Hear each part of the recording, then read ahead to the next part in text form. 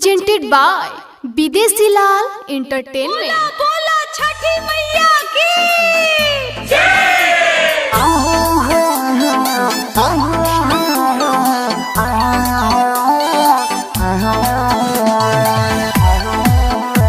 M2 records Jadopur.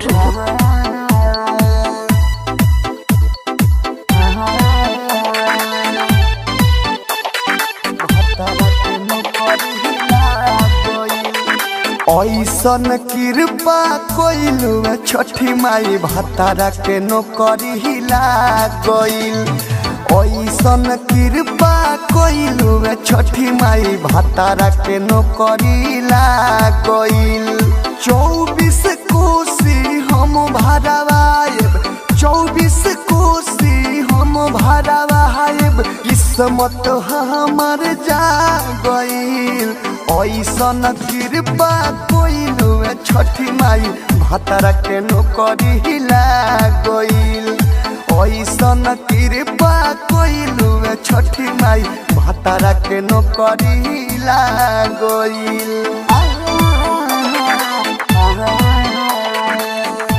presented by विदेशी लाल entertainment. M2 records Jadopur. अपना चरह पर हम लौंडा के नच नचावा है। पटना के घटिया पर हम 2 दिन डीजे बजाए, 2 दिन डीजे बजाए, 2 दिन डीजे बजाए। अपना चरह पर हम लौंडा के नच नचावा है। पटना के घटिया पर हम 2 दिन डीजे बजाए। हमारा जिंदगी के दुखवा पल भर में माई भाग गइल। ऐसन कृपा कोइलू छठी माई भतारा के नौकरी लाग गइल। ऐसन कृपा कोइलू छठी माई भतारा के नौकरी लाग गइल।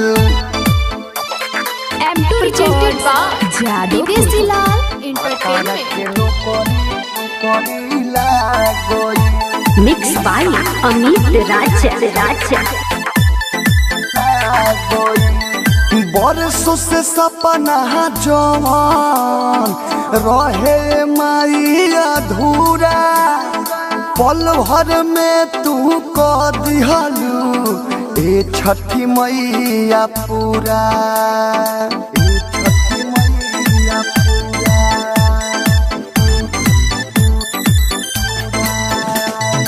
बरसों से जवान सपना रहे माई अधूरा, पल भर में तू आके कह दिहलू हो पूरा। है विदेशी लाल यादव जी हर जगह पोस्टर लाग गइल। है विदेशी लाल यादव जी हर जगह पोस्टर लाग गइल।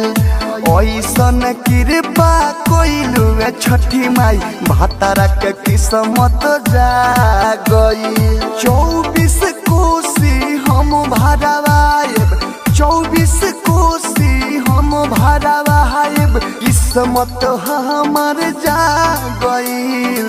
ऐसन कृपा कोइलू छठी माई भतारा के नौकरी हिला गइल। ऐसन कृपा कोइलू छठी माई भतारा के नौकरी हिला गइल।